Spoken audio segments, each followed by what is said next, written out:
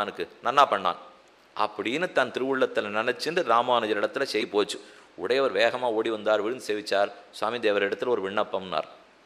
நீர் அப்பப்போ எதானு கேட்டுட்டே இருக்கீர், உமக்கு என்ன வேணுமோ கேளும்னு சொன்னான் எம்பெருமான். இப்போ ஒரு வண்ணாத்தான் வந்தானா உமக்கு ரொம்ப திருப்தியாக இருந்ததாமே? ஆமாம்மா, நன்னா தோச்சிருந்தார், என் இடைக்கு தகுந்தா போல தோச்சிருந்தார். அப்போ ஒன்று செய்யுமே, இவனுடைய மூதாதையர்களில் ஒத்தந்தான் கிருஷ்ணாவதார காலத்தில் உங்ககிட்ட அபச்சாரப்பட்டான். அப்போ இவனுக்காக அவனை மன்னிச்சுடுறான்னு கேட்டாரான் ராமானுஜர். என்னைக்கு இருந்தது இந்த சரித்திரம், என்னைக்கு நடந்தது அந்த சரித்திரம். இன்று ஒரு வண்ணான் ஒரு நன்மை செய்தான்ங்கிறதுக்காக என்னை இவனுடைய தாத்தாவுக்கு தாத்தாவா அரோத்தர் இருப்பரோ இல்லையோ, சம்பந்தமே நமக்கு தெரியாது. ஆனால் சுவாமி திருவுள்ளத்தில் என்ன தோணித்து, ஒருத்தர பெருமான் மட்டும் தவறா நினைச்சின்ற மனசோடு இருந்துடக்கூடாது, எல்லாரையும் அவன் க்ஷமித்தான்னு இருக்க வேண்டுமே தவிர அவனுடைய க்ஷமாங்கிற குணத்துக்கு குறை வந்துவிடக்கூடாதுன்னுட்டு இன்றிருந்த வண்ணானுக்காக எவனையோ க்ஷமித்து விடுன்னு பிரார்த்தித்தார். வேதாந்த தேசிகன் அழகா தெரிவிக்கிறார், பெருமானுடைய தத் கிருபா, திருவேங்கடமுடையானுடைய கிருபை இருக்கிறதே, அந்த கிருபா பிரதிபந்தகானாம், அவன் கிருப்பையெல்லாம் தடுக்கக்கூடியது பல உண்டு. க்ஷமையா, அதை க்ஷமையை கொண்டே பெருமான் தடுக்கிறான். அவன் கிருபையை தடுக்கிறதுக்கு எத்தனை துர்குணங்கள், பல பேர் வந்து அதை தடுக்க பார்த்தாலும் அவனுடைய க்ஷமாங்கிற குணம் கிருபையை வர்த்தித்து கொண்டே போகும். பெருமானிடத்துல பொறுமைங்கிற ஒரு குணம் உண்டு, அதுதான் எல்லா தவறுகளையும் மன்னித்து பொறுத்து கொண்டே போகும். அவரிடத்துல பொறுமைங்கிற குணம் இல்லாத படுத்தினால் நம்ம எப்போ தப்பு பண்ணாலும் தப்பு கண்டப்பட ஆரம்பிக்கும். ஆனால் அது படுறதே இல்லையே அவருக்கு. ஏன் படுறது இல்லைன்னா, பக்கத்தில் பூமி பிராட்டி இருக்காளோ இல்லையோ, பிருத்திவிங்கிறவள் பொறுமைக்கே பெயர் பெற்றவள். அவள் இருந்துட்டு திருவேங்கடமுடையானத்தில் சுருண்டே இருப்பார். இந்த மலை தான் பிருத்திவி, 7 மலை தான் பொறுமைக்கே சாட்சி. ஏன்னா மலையே பிருத்திவின்னு வச்சுனுட்டா அந்த பிருத்திவி தானே இப்போ பொறுமை. க்ஷமையா பிருத்திவி சமஹானுட்டு வால்மீகி பகவான் ராமனை கொண்டாடுறார். அவனை ஒரு குணத்தில் ஒத்தொத்தருக்கு சமம்னு சொல்லிட்டு இருக்கிறச்சே, பிருத்திவி சமம் க்ஷமாங்கிற குணத்தில் பூமி பிராட்டி எவ்வளவு தூரம் நம்மளை பொறுத்துக்கிறா. நம்ம மிதிக்கிறோம், துப்புறோம், குப்பை கொட்டுறோம், கீழே போடுறோம், கீறுறோம், ஒரு இடத்துலையும் அதை பள்ளம் தோண்டி போடுறோம், அதை மூடாத விடுறோம், எத்தனை பாடு. இது இத்தனையும் பூமி நித்தியம் பொறுத்துக்கிறாளா இல்லையா? பொறுத்து கொள்கிறாள். எதற்கு? நம் குழந்தைகளை நம்ம இடத்துல மடியில் வச்சு ரட்சிக்கணும்னு பெருமான் நியமிச்சிருக்கார். பண்ண வேண்டியது என்னுடைய கடமை, அதை ஆசையோடு செய்வேன். ஒரு குழந்தைய மடியில் வச்சுருக்கிறச்சே அது எத்தனை தொகைச்சாலும் தாயார் கோவிச்சுக்கிறதே இல்லையோ. அதே போல் எவ்வுயிர்க்கும் தாய் பூமி பிராட்டி. இதே விஷயத்தை தேசிகன் சமஸ்த ஜனனீம் வந்தே சைத்தன்ய ஸ்தன்யதாயினின்னு தெரிவித்தார். இந்த ஜகத்துக்கெல்லாம் மாதாவாக ஸ்ரீதேவி இருக்கிறாள், அதே போலத்தான் பிராட்டியும் சிவசாதிக்கிறாள். வந்தே பெருமானுடைய சேஷகிரிநாதனான எம்பெருமான் விஷகிரீஷஸ்ய, வந்தே விஷகிரீஷஸ்ய, பிராட்டிக்கு பேர் கொடுத்தார் விஸ்வதாரணீம் ஜனனீம், விஸ்வத்தையெல்லாம் தரிக்கக்கூடியவளான மகிஷியும் விஸ்வதாரிணியும். உலகத்தை தரிக்கிற பூமி பிராட்டியை பார்த்து தான் நாம் பொறுமையை கற்றுக்கணும். இதுலேருந்து 2 விஷயம். இப்போ ஒன்று, நாம் பொறுமையாக இருக்க கற்றுக்கணும். இன்னொன்று, கண்டபடி குப்பை போட்டோ துப்பியோ பண்ணக்கூடாதுங்கிறதையும் கற்றுக்கணும். நம்ம சுற்றுச்சூழலை யார் பாதுகாக்கிறது? நாம் தான் பாதுகாக்கணும். நம்ம உடம்பு முழுக்க அங்கங்கே அழுக்காக இருந்தா திருப்தியாக நன்னா அழுக்காக இருக்குது அப்படின்னு என்னைக்கான்னு நம்ம நினச்சிப்போமோ? உடம்புல அழுக்காக இருந்தால் உடனே அலம்ப பார்க்குறோமோ இல்லையோ? அதே போல் நம்ம சுற்று வட்டாரம் அழுக்காக இருந்தால் பூமி பிராட்டி திருமேனி அழுக்காக இருக்குதுன்னு அர்த்தம். நம்ம உடம்பு அழுக்காக இருந்தால் எப்படி உடனே குளிச்சுக்கிறோமோ, அதே போல் சுற்று வட்டாரம் அழுக்காக இருந்துன்னா பூமி பிராட்டிக்கு திருமேனி சரியில்லை. அப்போ நாம தானே திருமஞ்சனம் பண்ணணும். பெருமானுடைய விக்கிரகத்தை ஏழை பண்ணிருக்குச்சே நாம தான் திருமஞ்சனம் பண்ணுறோம். பூமி பிராட்டிக்கு திருமஞ்சனமும் நாம தானே பண்ணி வைத்தாக வேண்டும். அதனால் இடம் ஒன்றொன்றும் இதே திவ்யதேசத்தில் இருக்கோன்னு வச்சுப்போம். இந்த திவ்யதேசத்தில் எத்தனை மகாச்சாரியர்கள்லாம் திருவடி படம் நடந்திருப்பாளோ, நான் குப்பை போட மாட்டேன், நான் ஒரு நாளும் துப்ப மாட்டேன், நான் எச்சல் பண்ண மாட்டேன். ஸ்ரீரங்கத்துக்கு போயிருப்போம், என்னென்ன குப்பையோ எல்லாத்தையும் வீதியில் போட்டு. சிங்கப்பூர் போனால் ஒழுங்காக இருப்பார், ஆனால் ஸ்ரீரங்கத்துக்கு போனால் குப்பை போடுவார்னா இது எந்த விதத்தில் நியாயம்? அங்கே போனால் இவர் ஒன்றும் மனக்கட்டுப்பாட்டுனால ஒழுங்கா இல்லைன்னா அந்த இடத்துக்கு கடன் கட்டணும். இவன் எங்கேயானு ஒரு குப்பையை போட்டால் 500 ரூபாய் கட்டுங்கிறானோ இல்லையோ, அந்த பயத்தில் தான் இந்த பணக்குப்பையை கட்டுறதுக்கு குப்பை போடாமல் இருந்துடலாம். இந்த பயத்தில் தான் அவன் போடாத இருக்கா. ஸ்ரீரங்கத்துக்கு போனால் கேட்க ஆள் இல்லையோ. கேட்க ஆள் இல்லாட்டா மட்டும், கேட்கறதுக்கு ஆள் இருந்தால் ஒழுங்காக நடந்துக்கிறது, கேட்கறதுக்கு ஆள் இல்லைன்னா தப்பாக நடந்து போகணும்னு சொன்னால் இது என்ன மனக்கட்டுப்பாடு? அப்போ துளி கூட இல்லைன்னு அர்த்தம். காவலாளிகள் இருந்தால் தான் நான் ஒழுங்காக இருப்பேன்னு சொல்லிட்டா மனசுங்கிற காவலாளி இல்லைன்னு ஆயிடுமே. அப்போ நம்மெல்லாம் மனிதர்களாக இருக்கிறதுலே அர்த்தம் இல்லாத போடும். நமக்கு நாம் கட்டுப்பாடு இல்லாமல் யாரோ கட்டுப்படுத்துறதுல அர்த்தமே கிடையாது. திருவரங்கத்துக்கு போகிறோம், சாப்பிட்டோம், ஒன்று கீழே போட்டோம்னா ராமானுஜர் நடந்த வீதின்னா இது, ஆளவந்தார் எழுந்துருளிற வீதின்னா இது, தேசிகன் இருந்த வீதின்னா இது, மணவாள மாமுனிகள் தான் சிஷ்யர்கள் புடைசூட நடந்த வீதின்னா இது. இந்த இடத்துல போய் நாறு குப்பை போட, நாறு துப்ப. நம்ம உடம்புல துப்பினா எவ்வளோ தூரம் துடிப்போமோ, நம்ம பக்கத்தில் ரொம்ப வேண்டியவர் இடத்துல ஒருத்தர் துப்பிட்டாருன்னு வச்சுப்போம், நிறைய நினச்சி பாருங்களேன். நம்ம தாய் தந்தையர் இருக்கா, ஒருத்தர் வந்து துப்பினா எவ்வளோ தூரம் கோச்சிப்போம். அதே போலத்தான் ராமானுஜர் நடந்த இடத்துல ஒருத்தன் துப்பினான்னு சொன்னால் எத்தனை தூரம் நம்ம கோபம் ஏற்படும்.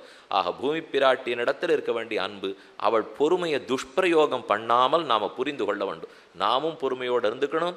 பூமாதேவியினுடைய பொறுமையை சோதிக்காத அளவுக்கு நடந்து கொள்ள வேண்டும்.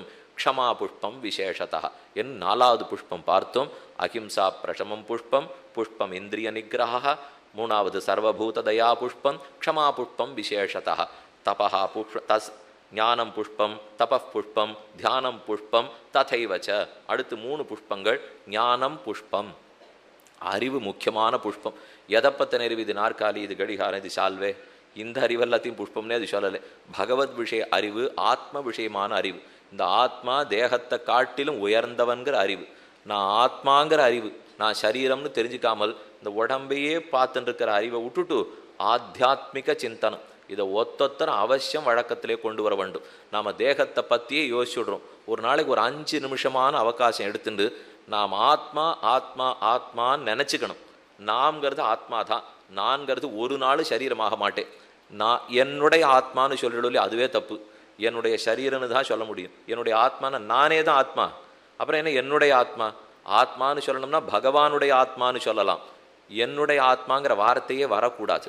என்னுடைய சரீரம்னு சொல்லலாம், என்னுடைய புஷ்பம்னு சொல்லலாம், என்னுடைய ஜமக்காலம்னு சொல்லலாம், அதெல்லாம் வேறே. ஆனால் நான்கிறது ஆத்மானா ஆத்ம ஞானத்தை பெறுவது தான் ரொம்ப முக்கியம். கபிலாச்சாரியர் தேவஹூதிங்கிற தன் தாயாருக்கு உபதேசித்தார். பகவத் ஆவேசாவதாரங்களுக்குள்ள கபிலாவதாரம் ஒன்று. இந்த கபிலர் தான் தன் தாயார் தேவஹூதிக்கு உபதேசிக்கிறாள் ஆத்ம தத்துவ ஞானத்தை பற்றி. தத்துவம் எது, ஆத்மா எது, பகவத் தத்துவம் எது ஆராய்வோம். ஆராய்ஞ்சு விஷயங்களை புரிஞ்சுக்கிறது தான் ஞானம். ஞானம் புஷ்பம். அடுத்தது தபஹா புஷ்பம். தபஸ்ன்னு சொன்னது ஞாசத்தையே, ஞாசம்னு சொன்னது சரணாகதியே. பெருமான் திருவடிகளில் சரணாகதி அனுஷ்டிக்கிறோம் இல்லையோ, ஆத்ம புஷ்பத்தையே சமர்ப்பிச்சுடுறது. இந்த இடத்துல புஷ்பம்னு சொன்னது ஆத்ம புஷ்பம். நம்ம ஆத்ம புஷ்பத்தையே பெருமானிடத்தில் சமர்ப்பிக்கிறோம். அது கூட பண்ண முடியுமான்னா ஆழ்வார் பாசுரத்தில் சொன்னார், ஒரு மணப்பெண்ணை கல்யாணம் பண்ணி கொடுக்குறாளோ இல்லையோ, தோள்களை ஆறத் தழுவி என் உயிரை அறவிலை செய்தனன் சோதி. தாப்பனார் எப்படி பெண்ணோட தோளில் கை போட்டுண்டு மணமகன் இடத்துல போய் இந்தா உன் பெண்ணுன்னு எப்படி கொடுக்குறாரோ, அதே போல் நம்ம ஆத்மாவையே பெருமானிடத்திலே சமர்ப்பித்து விட வேண்டும். எனதாவி உன்னது, எனதாவி யார் யானார் தந்தனீ கொண்டாக்கினையே. என் ஆவியும் உன்னது, என் சரீரமும் உன்னது. இந்த ஞாசம் நம்ம மனசில் வந்துடுத்துனா தஸ்மான் ஞாசமேஷாம் தபசா அதிரிக்தமாகு. எத்தனை தபஸ் இருந்தாலும் தபஸுகளுக்குள்ள சிறந்த தபஸு ஞாசந்தான்.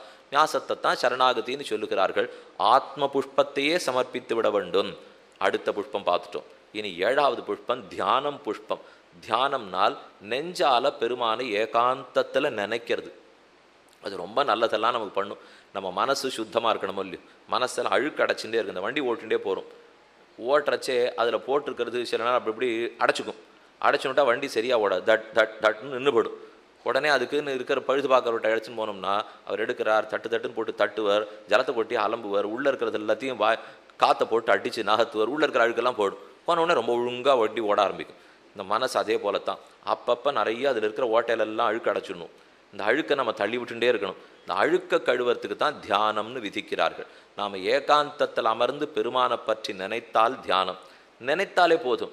தியானம்ங்கிறதுக்கு ஒன்று அஷ்டாங்க யோகம் தெரிஞ்சுக்கணும், குண்டலினி யோகம் தெரிஞ்சுக்கணும்னா பெரியோர்கள் சொல்லவே இல்லை. உடனே அது வழிக்கு போட்ட அப்புறம் அதை மட்டும்தான் பண்ணுவோம்.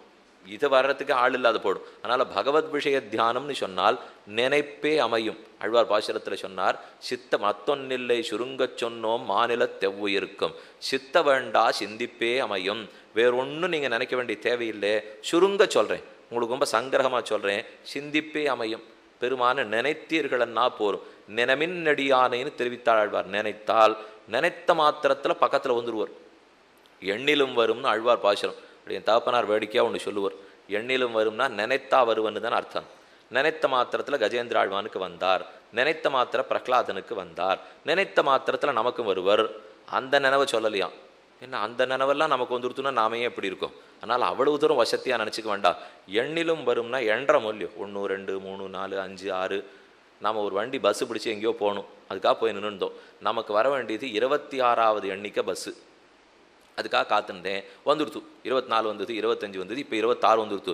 நான் போக வேண்டிய 26 வந்துடுத்துன்னார். பஸ்ஸை காணோம், பக்கத்தில் பெருமாள் வந்து நின்றுட்டாராம். இது என்னது, நான் 26 வந்ததுன்னா இவர் எதுக்கு வந்தார்னா, சம்பிரதாயப்படி பகவான் 26வது தத்துவம். அச்சித் தத்துவங்கள் 24 தத்துவம். ஆத்மா 25வது தத்துவம், பரமாத்மா 26வது தத்துவம்.